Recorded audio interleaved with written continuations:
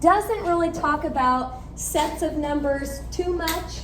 We might talk about them a little bit today, but we're going to mostly talk about properties of numbers. We haven't really done that part yet.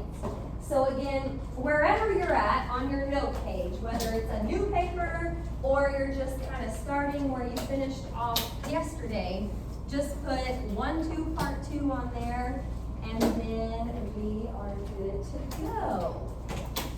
All right. Let me go ahead here and start with just a couple definitions. So first, now some of these I'm sure will sound kind of familiar. It's things that you've probably talked about before. I'm going to go ahead and put it up here. Remember, the lesson's always up on the board. If you want to just get your notes started when you get here, that way you're ready to go. We're talking about, first of all, an opposite, or in other words, an additive inverse. Opposite or additive inverse. And this is kind of a definition, but kind of just a description of how these work. It says the sum of any number and its opposite is 0. The sum of any number and its opposite is 0. Okie doke.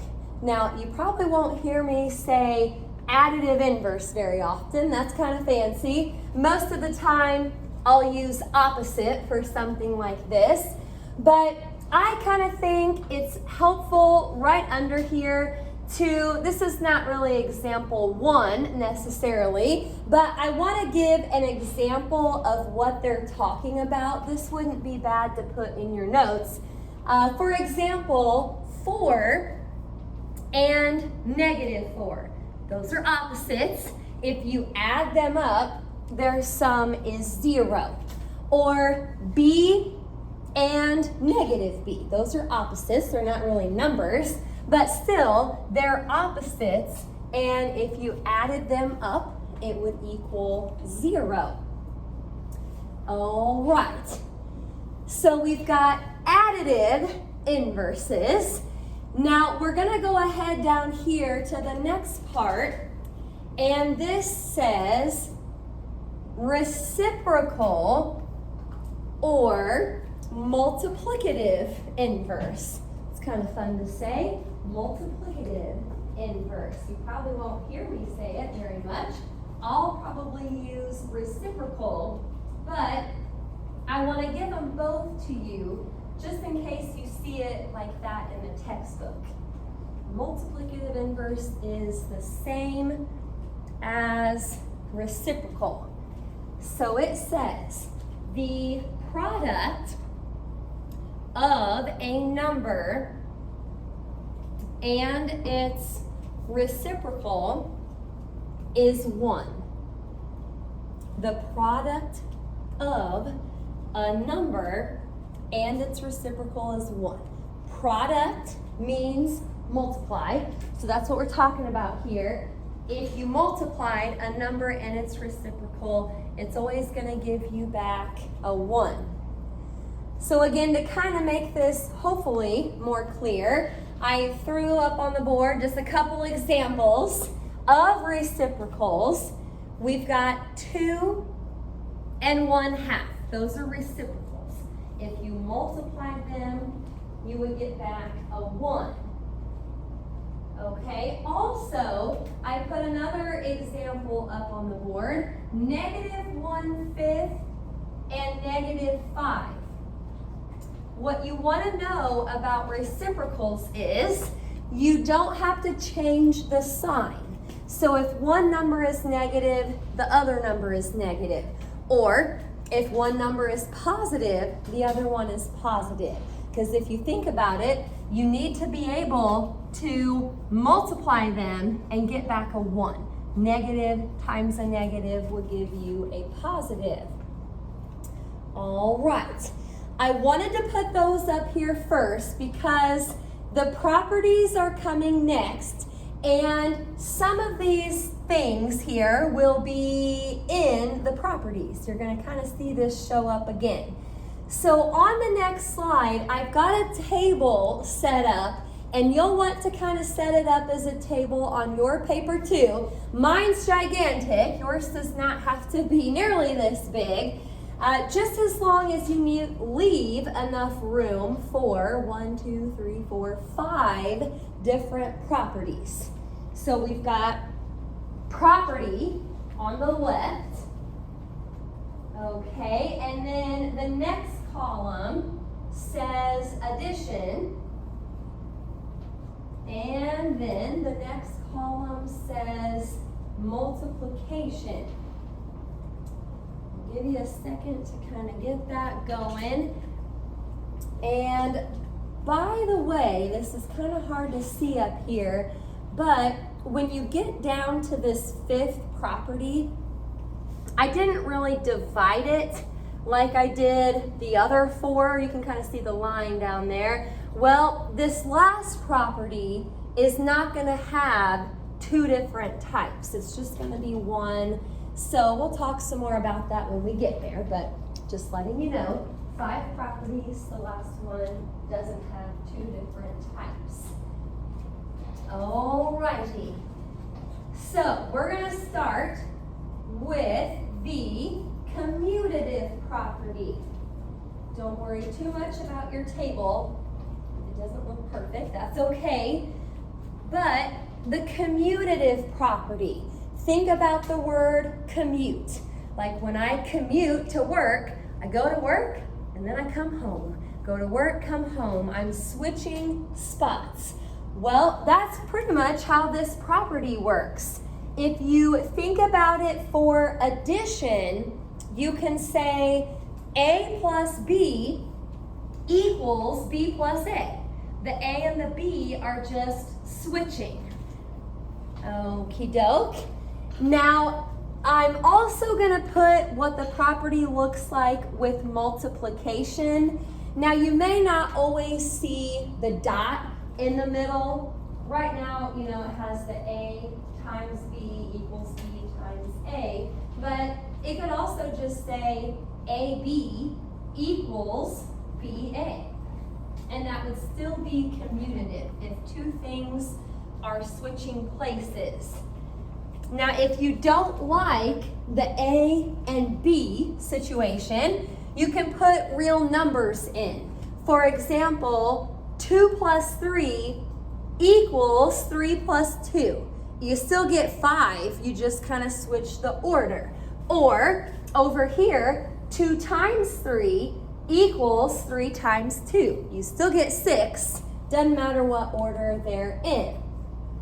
All right, next property is the associative property. Okay, associative. Well, let me go ahead and put what the addition part looks like. So in parentheses, we have A plus B. Then after that, it just says plus C equals A plus the quantity B plus C. Now, if you look at the variables here, the letters A, B, C. A, B, C. The order of those letters does not change. What is changing, though, is where the parentheses are. It started out around the A plus B, but now over here, it's around B plus C. So the numbers or variables are not moving, but the parentheses are. And it's just the same for multiplication. Again, you may not always see the dots in the middle, but same idea. And you can put real numbers in there if you want to. A times B in parentheses times C equals A times parentheses B times C. The numbers are not moving, it's just parentheses. Now you have to be kind of careful with the associative property. When I see parentheses, my brain immediately goes to the associative property because you have to have some kind of grouping symbol for the associative property. Might be parentheses, might be brackets, but you do have to be kind of careful because parentheses don't always mean it is the associative property. It might be something else that's happening. You gotta look real close. If the parentheses are moving, then it should be the associative property. Okay, got a few more here, so hang with me. It's good to kind of write these down together. That way we can talk about each one and you can learn about the differences between each one. Okie doke. Identity property.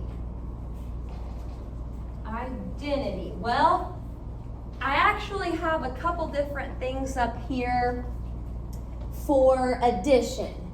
And to be honest, if you only have room for one of these on your paper, it's probably fine. A plus 0 equals A, or another way to say that would be 0 plus A equals A.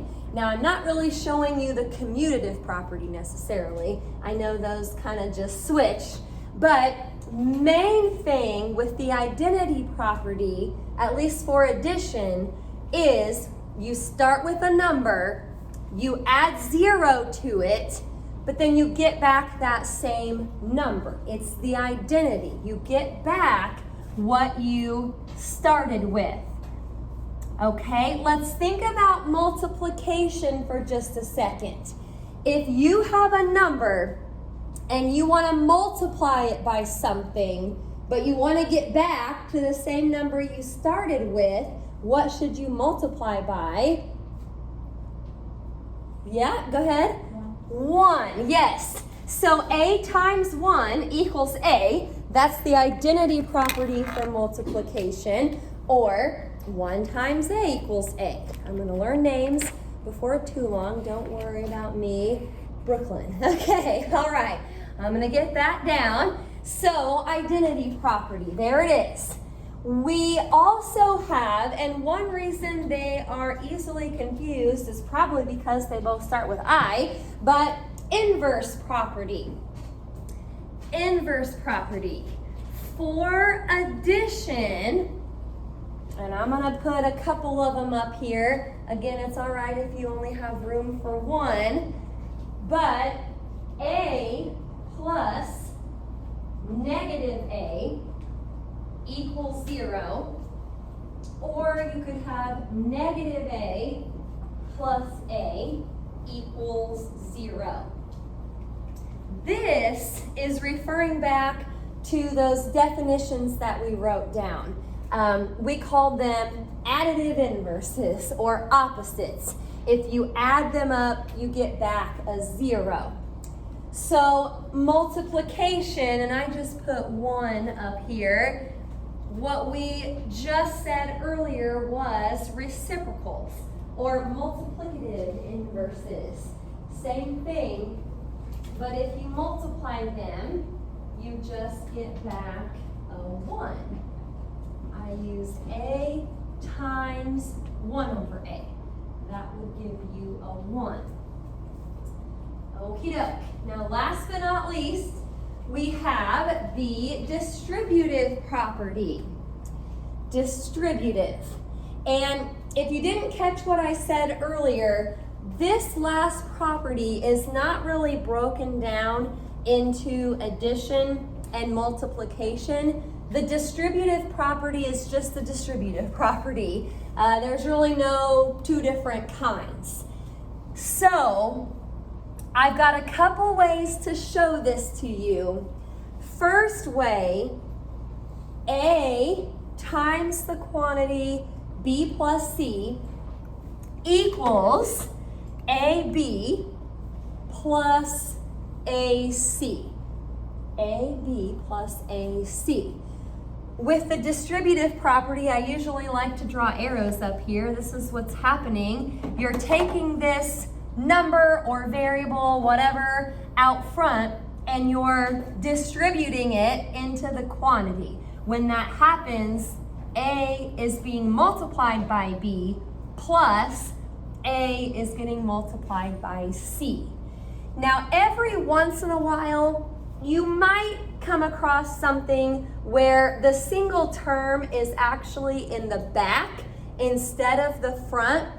So this looks a little bit weird, but I mean, it's actually just the same type of thing. If you have a single term times a quantity, you still just distribute it back in. Even if it's toward the back already, it still gets multiplied. I put this over here as BA plus CA, but it doesn't really matter. That's the same as AB plus AC. All right, commutative, switching places, associative, you've got grouping symbols that move, identity, you're getting back to what you started with, inverse, you've got opposites, reciprocals, and then distributives, usually easy, pretty easy to pick out. Okay, hang on to those. We're going to use them with our examples, and it looks like it's just about 2 o'clock. So I've got the examples printed off here.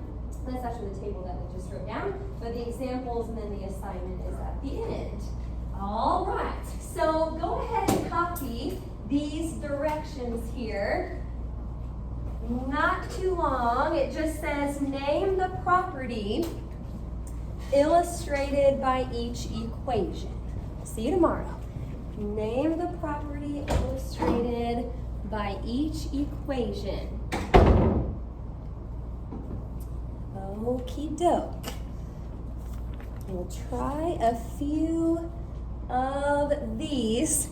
This is one of those lessons where there's a lot of writing up front. All that table stuff kind of took a while, but the examples and the homework usually go pretty quick.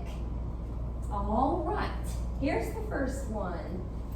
Again, it's not going to do you a whole lot of good just to put the answer in your notes. It's a good idea to copy the original. Hello there. All right.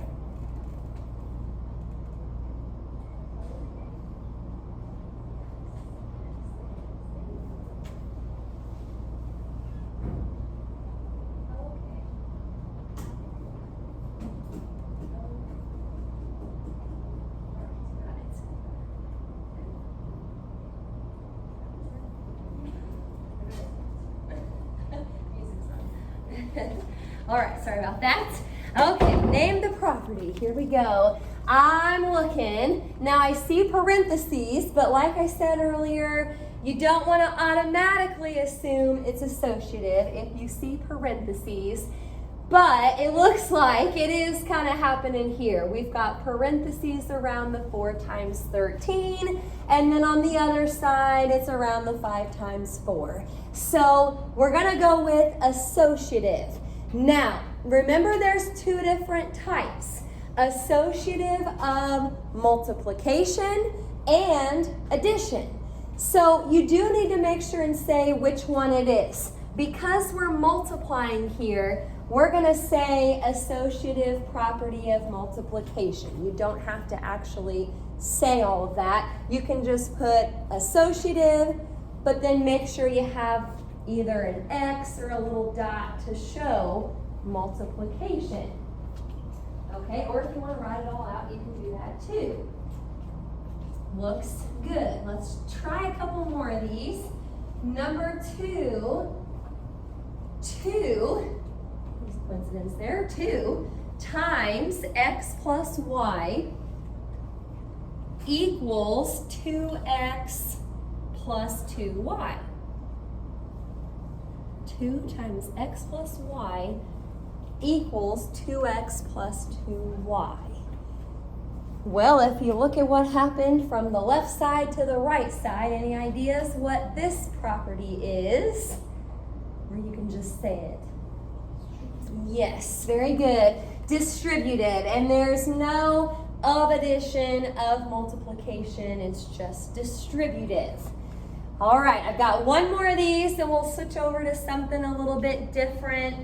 So, number 3, not real difficult, but you do have to think a little bit here. -8 plus 0 equals -8. -8 plus 0 equals -8. Well, sometimes it's nice to do like the process of elimination with these. If you look at your table, it's not commutative because nothing is moving. It's not associative because there's no grouping symbols. I know it's not distributive because it doesn't look like that. So I've narrowed it down to identity and inverse. Identity and inverse. Anybody know which one it would be? Go ahead. Identity. I'm thinking so too. And because of the plus, we'll say identity property of addition. That is good. Just remember identity, you get back what you started with. That's kind of the main idea. Okay, any questions about the properties? Takes a while to get through some of that. Now I'm going to change the directions here for just a few more, and then this will be it for the day. I'll let you copy those down. Show that each of the following statements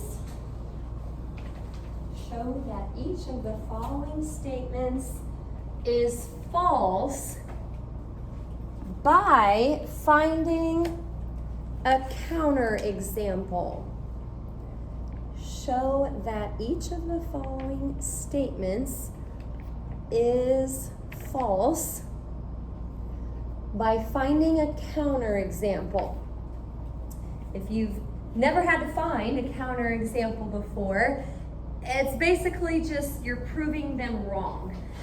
So you're going to find a number or something that you can use to prove that what they said is actually not correct. Okay, I'll show you what that means here in a second.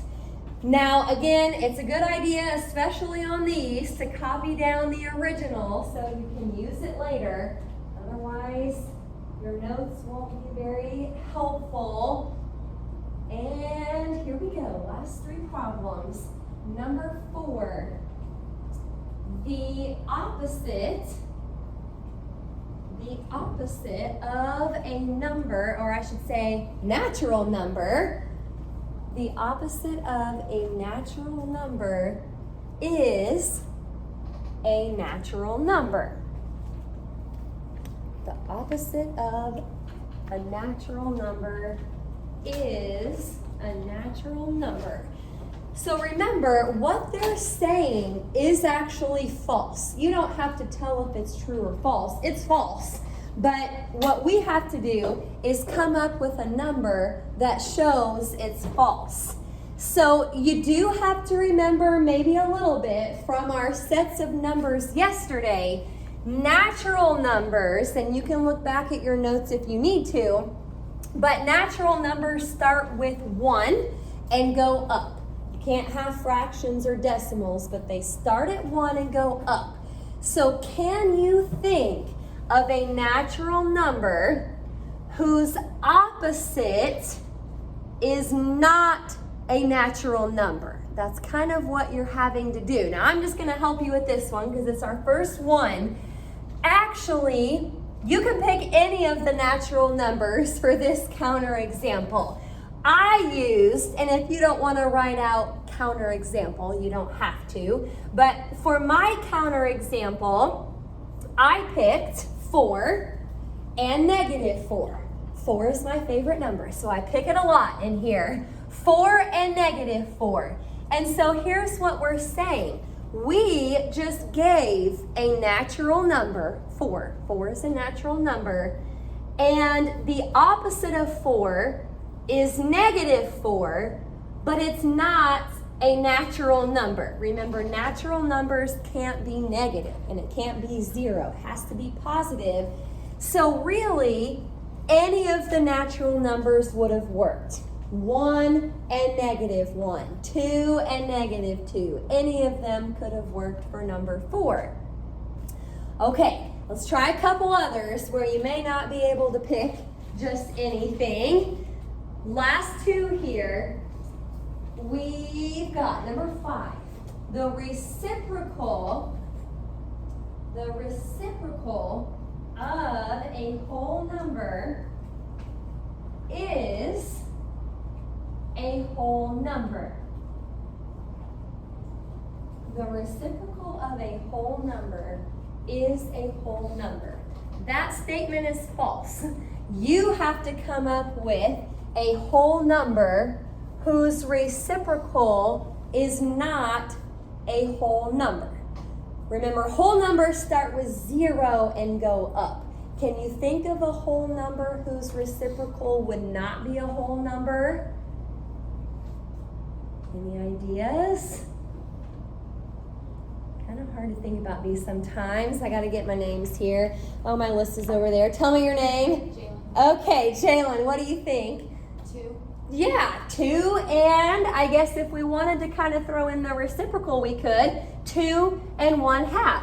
Or, I use 4 again. 4 and 1/4. 3 and 1/3. 5 and 1/5. Any of those would work. The only whole numbers that would not work are 0, because you can't really take the reciprocal of 0 very well. And 1 would not really work here, because what's the reciprocal of 1? Almost a trick question. 1. And that is a whole number. That would be proving them right, but we want to prove them wrong. So anything 2 or up would work. Okie doke. Last example here, and then we'll get started with some homework. Number 6. There is no natural number. There is no natural number whose reciprocal is a natural number. There is no natural number whose reciprocal is a natural number. Okie doke. Well, that is false. Again, you don't have to tell if it's false or not. It is. You've got to find a natural number whose reciprocal is a natural number. I kind of just gave this away, but what number would work here for a counterexample? 1, yeah. And you don't really have to say 1 and 1. You can just put 1 if you want to. But that's right. That would be a natural number whose reciprocal is still a natural number. All right. So you had some property problems. You had some that went back a little bit to what we learned yesterday. Any questions about that? All right, you've got almost 15 minutes left here for homework. So this might be an assignment where you can get it done in class, or most of it should be A2. So again, make sure you have that at the top somewhere. Our second assignment from page 15 to 17, we are gonna do numbers 35 to 40, 60 to 64, and then 66. I'm going to circle 66. If we have time toward the end of class, I may do that one with you, or I may kind of help you with it tomorrow. Try it, but it is a little bit different than what we had in the notes.